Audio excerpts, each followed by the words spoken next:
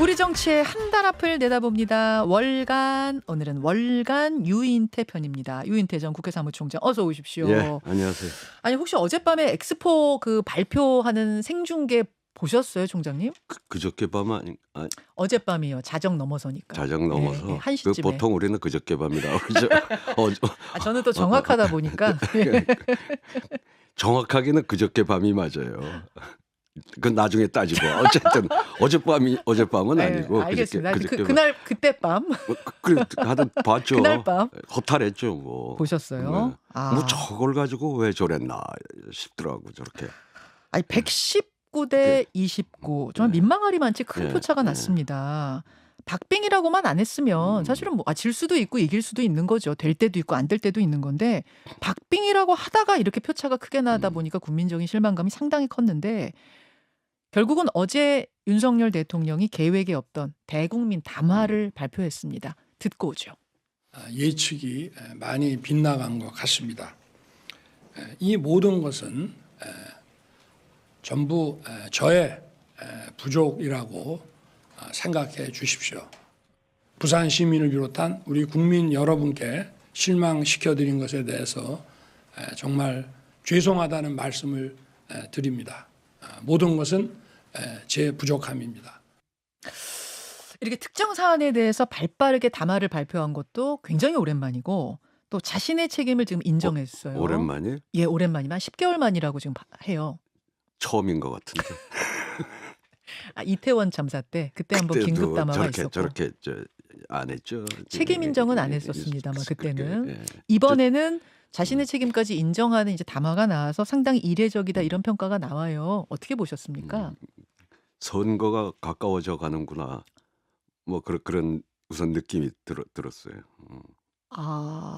그 말씀은 선거를 의식해서 할 수밖에 없었던 거 아닌가? 그렇지 않겠어요? 사실 이번에 우리 국민들이 가졌을 그 실망은 단순히 뭐 이 실패했다 이거 유체 음, 그거보다 그 동안의 그 호들갑 음, 뭐 다 될 것처럼 음. 이 정부가 얼마나 무능한 정부고 이런 정부를 믿어도 되나? 저는 이번에 굉장히 그 국민들에게 이 정권 자체에 대한 신뢰를 아주 무너뜨린 것 같은 느낌이에요. 그 정도까지. 그렇잖아요. 저런 그걸 가지고 뭐 예, 지금 박빙이니 예. 그리고 우리 외교부니 국정원이니 예. 뭐 또 재계니 뭐 알고도 대통령 눈치 보느라고 말을 못했는지 음. 어쨌는지는 모르겠지만 하여튼 국민들이 느끼는 거, 야 이런 정부를 믿고 우리가 어떻게 살아가나 뭐 이런 아마 그런 절망 같은 게 있었을 것 같아요. 일단은 그렇게 노력했는데 29표 이 자체에 좀 실망할 수 있고 예.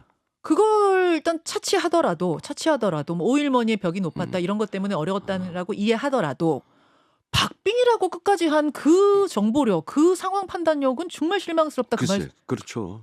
그 말씀. 예. 왜 그런 일이 진짜 벌어졌을까요? 어떻게 이렇게까지 차이가 날 수 있죠? 글쎄, 그러니까 그거는 뭐 또 알만한 사람들은 알았다며 일부 뭐 어디서도 보도도 했었고. 알만한 사람은 알았다고요? 상당하게 지금 리아드가 앞서가고 있다는 걸 좀 알만한 사람들은 알았다고 하대요. 예. 그렇지만 뭐 정식 근데 뭐 라인. 우리 언론도 할 말이 없고요. 뭐 전부 뭐 어쩌니 저쩌니 쓴 거 보면 참 뭐 모르겠어요. 그렇게 언론도 그렇게 권력의 눈치 볼 필요는 없을 텐데. 기자들 말은 그렇더라고요. 이제 그걸 쓴 기자들 얘기를 좀 들어보니까 그 기자들 뇌피셜로 쓴 게 아니라 그 정보 라인에서 외교 라인, 정식 라인에서 발표를 한 걸 가지고 우리도 쓴 거다. 뭐 이렇게 얘기를 하더라고요. 예. 그렇다면 더더욱 이 정확하게 판단을 해야 될 그 라인에 뭔가 지금 빨간불이 들어온 게 아닌가 이런 생각이 드네요. 하여튼 뭐 그건 좀 조사가 좀 필요하겠죠. 알겠습니다. 아무튼 선거가 가까워오니까 그래도 사과가 나오는구나 이런 생각이 드셨다는 말씀. 민주당 얘기로 넘어가 보겠습니다. 한동안 조용했던 민주당이 다시 술렁이기 시작했습니다. 선거제를 대선 공약으로 내세웠었죠. 어떤 선거제였냐? 위성정당 방지법을 만들어서 연동형 이 선거제를 유지하겠다는 그 대선 공약. 그런데 지금 그대로 갔다가는 우리가 너무 손해가 막심하다. 그러니 병리평으로 회귀해야 되는 거 아니냐라는 목소리가 나오기 시작했습니다. 어떻게 보십니까? 근데 나는 그 무슨 손해가 막심하다고 하는 게 예. 그 위성정당 방지법을 지금 그 75명이 서명해서 법안 발의를 한 거 아니에요?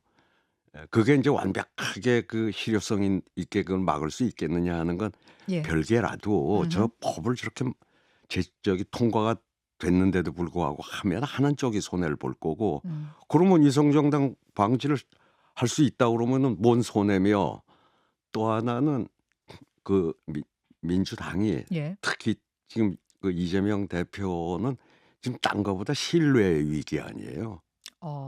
예? 뭐 아니 지난번 불체포 특권 그렇게 한다고 해놓고 또 부결 호소를 예, 하고 예.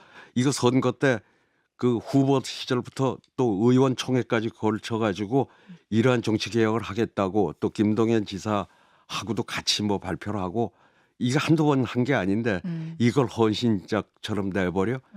그랬을 때 앞으로 무슨 말을 해도 누가 믿어주겠냐 이게 그런 불신을 가져오는 게 오히려 아유 이놈의 당은 이게 이 거짓말만 하고 아마 찍으려고 하다가 저쪽이 미워서 찍을까 하다가도 예.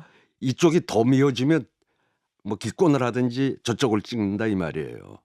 예? 그렇잖아요 선거 심리가 신뢰를 잃어버린다는 게 그거 훨씬 더 큰 손해죠. 훨씬 더 큰 손해. 그렇습니다. 근데 이재명 대표는 뭐라고 얘기를 했냐면은 이렇게 말했습니다. 한번 볼까요?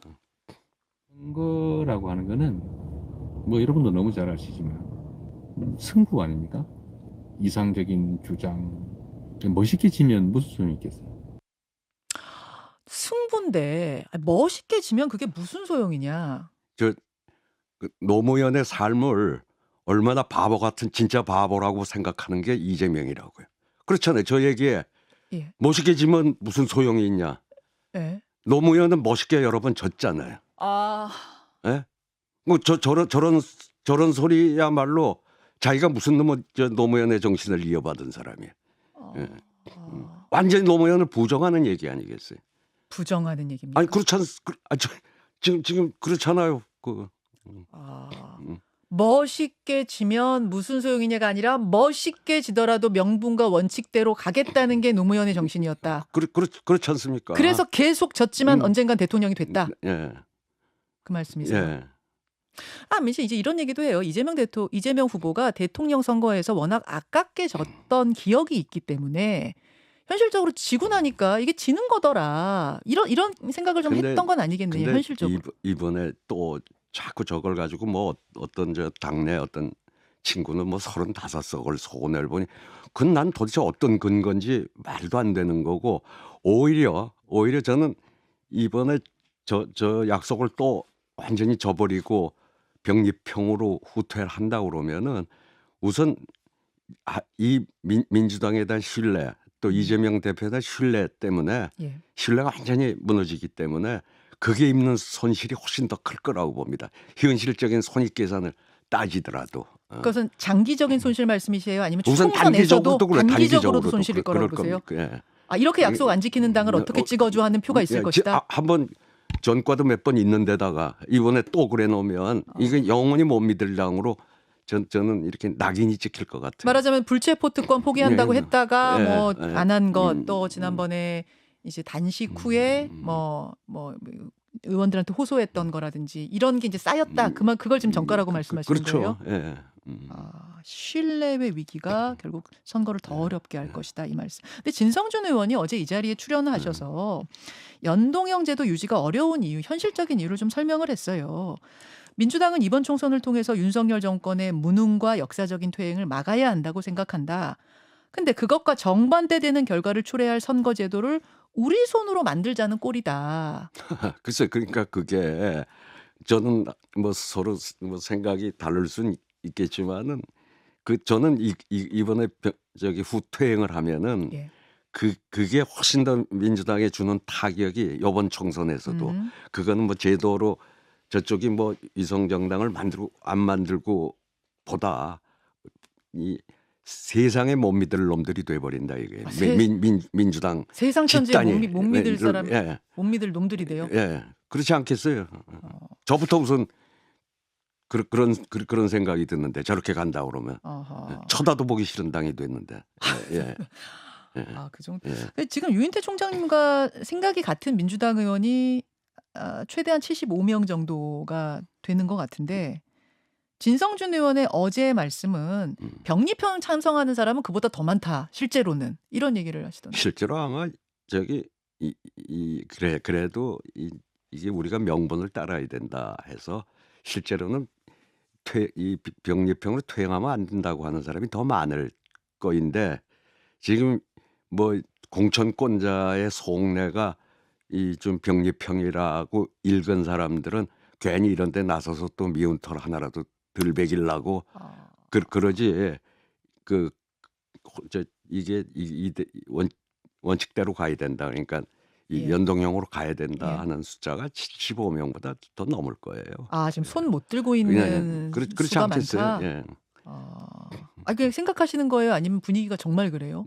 뭐 생각하는 거지 뭐 내가 뭐 지금 원내도 아닌데 그걸. 지금 대선 공약을 지켜야 한다. 즉 연동형 비례제 유지하고 위성정당 방지법 만들어야 한다는 그 주장의 선봉에는 이탄희 의원이 서 있습니다. 자신 먼저 기득권 내려놓겠다 하면서 민주당의 양지라고 할 수 있죠. 좀 뭐 민주당한테 유리한 곳이라고 할 수 있는 자신의 지역구 용인정을 포기했습니다. 험지로 가겠대요. 이 모습은 어떻게 보셨습니까? 글쎄 뭐 그 워낙 이탄희 의원은 동료 의원들 지금 21대 국회에서 제일 그래도 그 진지하고 그 평판이 좋더라고요. 그러니까 근데 그 모르겠어요. 그 의원 저 지역구를 저렇게 하겠다는 뜻은 장한데 네. 그래도 저 지역 그 뽑아준 유권자들한테 어떤 절차는 좀 밟았는지 그게 양해 좀- 구하고. 예, 그렇지 않습니까? 자기를 그렇게 해주고 거기서 현재 상당히 지지도 높다고 그러대요. 예. 근데 뭐 그걸 저렇게 포기한다고 하는 거는 조금은 그 양해를 구하는 절차는 좀 필요했을 것 같은데 그걸 했는지는 모르겠어요. 험지로 나간다라고 하면 어디를 추천하십니까? 예. 어디를 나가면 좋겠어요, 이탄희 의원? 그거야 뭐 거기가 판단할 일이지 뭐 그 제가 여기서 얘기할 건 아니죠. 일각에서는 한동훈 장관이 총선 나오면 거기에 이탄희 의원이 붙으면 어떻겠느냐 뭐 이런 이야기도 하던데. 뭐 한동훈 장관이 그 아주 만만한데 아니면 아무가 나가도 우리 민주당이 될 텐데 뭐 굳이 또 그 카드까지 써야 되나 모르겠네. 에? 그게 무슨 말씀이세요? 예? 아주 만만한데 아니면 그게 무슨 말씀이세요? 그 소위 한동훈 장관이 이른바 그쪽에서 보는 험지라는 데를 나오면은 예. 전 그렇게 총선에서 경쟁력이 있다고 보질 않기 때문에 수도권 예, 험지로 나오면 뭐 그냥 뭐 굳이 꼭 이탄희 카드까지 쓸 필요 없다? 전 그렇게 보는데. 알겠습니다. 자, 이 선거제를 둘러싼 갈등의 파장이 어디까지 미칠 것인가? 우선 이낙연 전 대표의 움직임이 주목되는데요. 발언의 강도가 점점 세집니다. 잠깐 듣고 오죠. 리더십과 강성 지지자들의 영향으로 그 면역 체계가 무너졌습니다. 당내 민주주의가 거의 질식하고 있습니다. 여러 갈래의 모색이 있지요.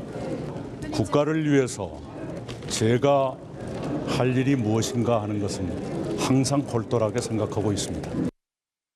그제 나온 발언입니다. 신당 창당하십니까? 라고 물었더니 여러 갈래의 길을 모색하고 있다. 국가를 위한 길을 골똘히 생각하고 있다. 이거 어떻게 해석하셨습니까? 그러지 않아도 어제 어느 행사장에서 잠깐 봤어요. 만나셨어요? 네. 근데 뭐 원래 사람이 상당히 신중하고 예. 좀 소위 온건한 사람이거든요. 예. 언제고. 근데 이번에 저렇게 세게 하길래 제가 어제 뭐 한판 뜨는 거예요. 이제 그랬더니 진지하게 저렇게 몰아넣고 있잖아요. 이렇게. 몰아넣고 있잖아요. 몰아가잖아요. 그래 어쩔 수 없이 나도 이랬다 뭐 이런 얘기인데 그건 또 일리가 있는 얘기죠. 지금 현재 몰아가고 있잖아요. 그렇게. 이렇게 발언할 수밖에 없도록 없게끔 몰아가는 몰아간다? 거죠. 그게 무슨 이야기죠? 전 사당화가 저렇게 질식할 것 같은 분위기로 당을 완전 사당화로 몰고 가니까 그럼 뭐 김부겸 전 총리도 그 인터뷰 한번 이대로 두고 볼 수는 없다고 한마디 했고 여기도 하고 뭐 그런 거죠.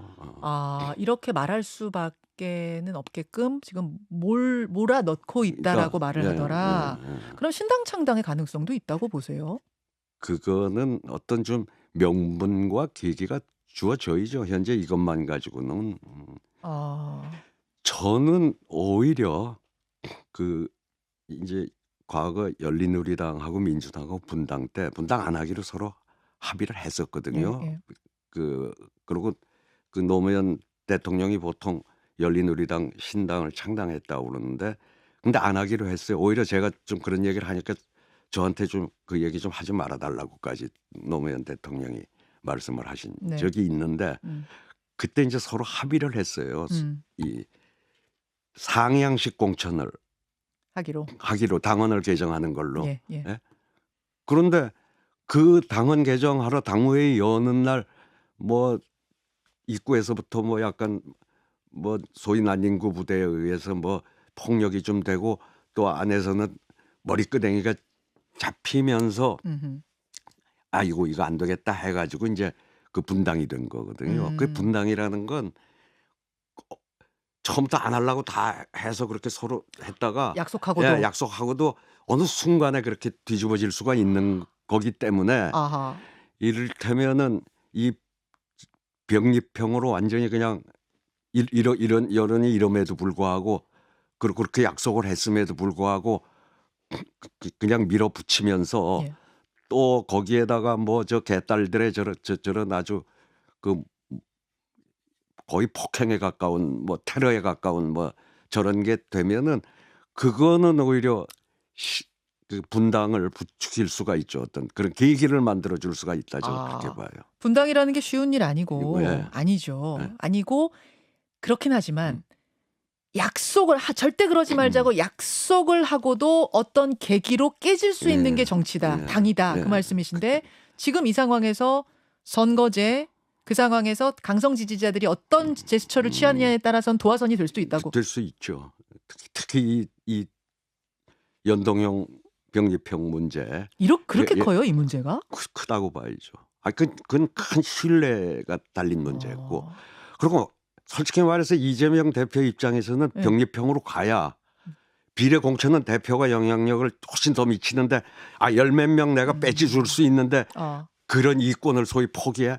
뭐 이런 것도 작용하고 있는 거거든요. 저게. 아하. 저거를 그 이제 좀 저기 제3지대에 말하자면 우리가 내놓는 거 아니에요.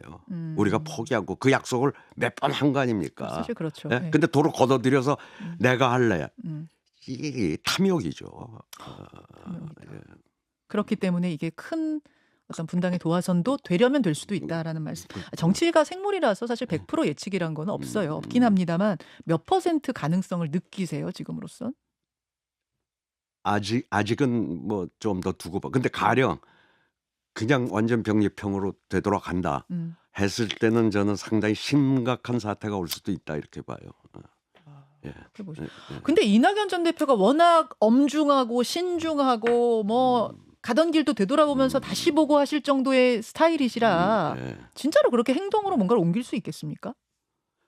글쎄 그거는 그 혼자가 아니에요. 혼자가 아니다. 그리고 또 이낙연 대표는 제가 여러 번 얘기하지만 그렇게 권력 의지가 강하지도 않고 뭐 그렇긴 한데 네. 그럼에도 불구하고 지금 이게 지금 몰려서 이러고 있다는 표현을 글쎄 쓴 거 보면 지금 그러고 뭐 김부겸 총리까지 또 거기 종세균 또 저 의장까지 뭐 이렇게 되는 거에 대해서는 굉장히 불만인데 지금 당을 그러고 이렇게 사당화로 몰아가는 데에 대해서 다들 이렇게 끓고 있죠. 부글부글 하고 있지만 뭐 이 괜히 선거 앞두고 어떤 분란을 안 일으키려고 말도 조심해오고 다 그동안 다들 이제 입 다물고 있었잖아요. 그런데 이렇게 이제 말이 터져 나오는 거는 이게 그렇게 심상한 조짐이 아니라고 봐야 되지 않겠어요. 알겠습니다. 신당 움직임이 여기저기서 목격이 되고 있는데 조국 전 장관이 어제 뭐라고 했냐면 어떤 방식일진 모르지만 윤석열 정권 행태를 해결하는 데 일조하겠다는 각오를 하고 있습니다. 이런 발언했습니다. 이건 어떻게 해석하셨어요? 윤석열 정권을 뭐 하는데요? 윤석열 정권 행태를 해결하는데 아, 내가 일조하겠다는 각오를 하고 있다. 하여튼 뭐 이번 총선에서 뭐 신당을 되게 하겠다는 걸로들 지금 보고 있지 않나요? 보고 있어요. 예. 예, 어떻게 생각하십니까?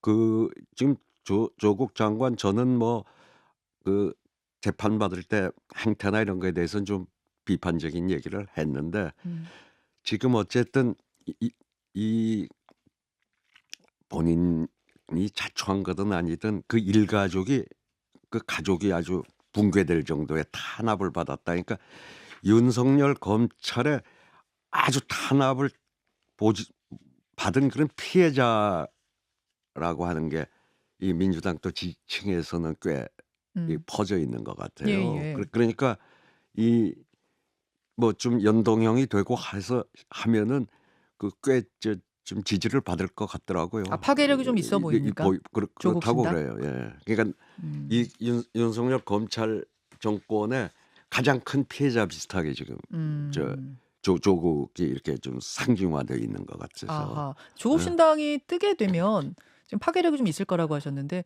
그럼 민주당에는 이게 조금 안 좋은 영향을 미치는 건 아닌가요? 근데 그걸 이른바 조국의 강? 뭐 그런 면도 있겠죠. 예. 뭐 몇 석이나 예상하세요? 진짜로 당을 아니 그건 만들고 연동형이 안 되면 소용이 없는 소용이 거고 없는 없는 거고 것이고. 아. 일단은 지금 모든 게 선거 제도에 딸려 있으니까 아하. 선거 제도가 어떻게 되나를 좀 지켜봐야죠. 뭐. 알겠습니다. 예. 알겠습니다. 오늘은 여기까지. 월간 유인태. 날씨가 꽤 쌀쌀해져서요. 예. 건강 조심하시고요. 오늘 귀한 발걸음 고맙습니다. 예. 유인태 전 국회 사무총장이었습니다.